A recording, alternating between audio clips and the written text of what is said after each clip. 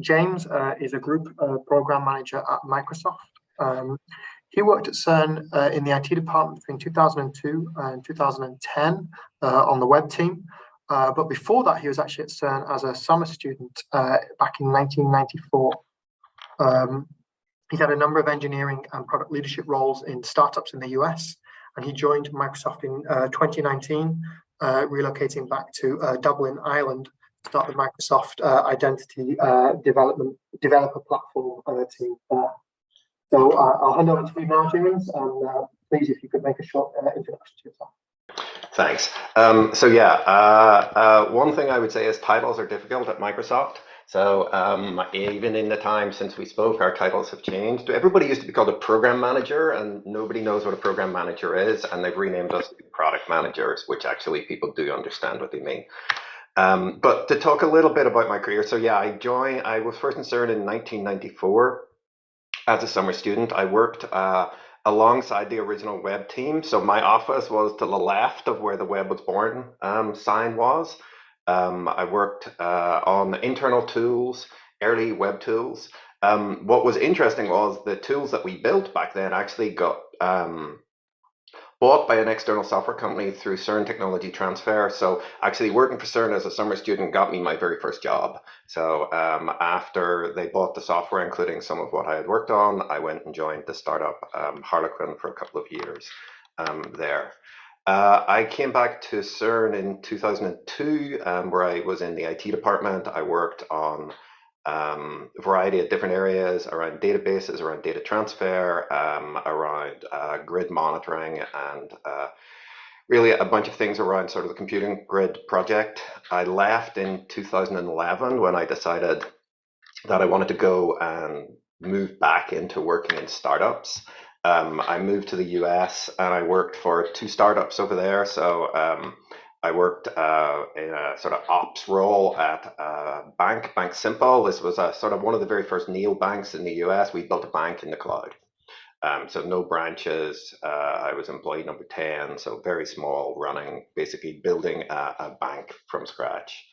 I worked for Chef, who are a configuration management and DevOps tool vendor.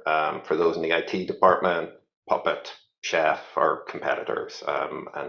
I worked in engineering there, so I ended up leading the engineering team and working in our partner engineering team, working with all the large clouds.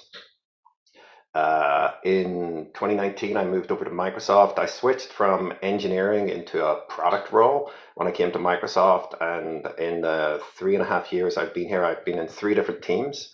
So I think some of the earlier panelists talked about how you have to be a generalist and how things change fast. So I've worked on developer tools for Azure. I've worked on some of the core Azure control plane itself that runs Azure, and most recently I've worked in identity and security.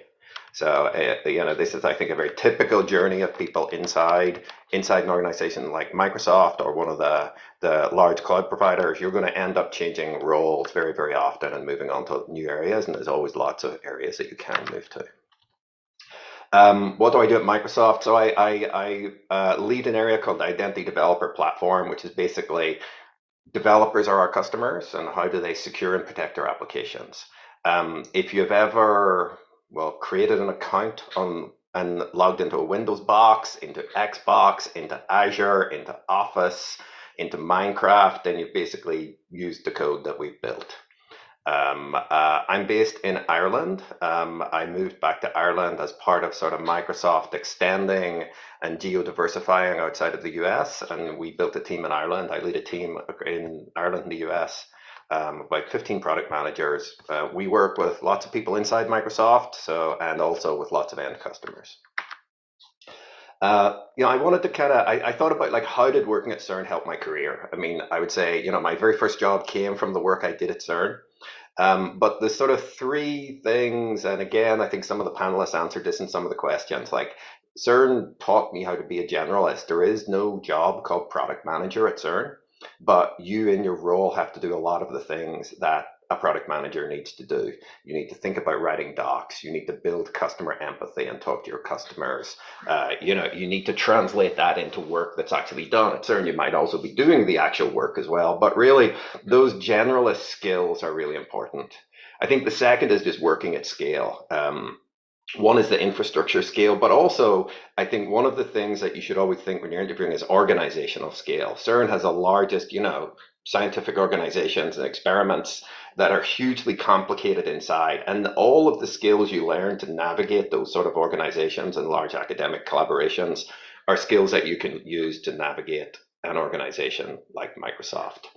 I mean, I would give the one example. I think when I was at CERN, one of my mentors in the IT department said, we were in the IT department talking to all the experiments. If you go and talk to the 4 experiments about how to do something, you're going to get at least 5 answers. They can't even agree with themselves. And your job is to try and work out how to bring everybody together.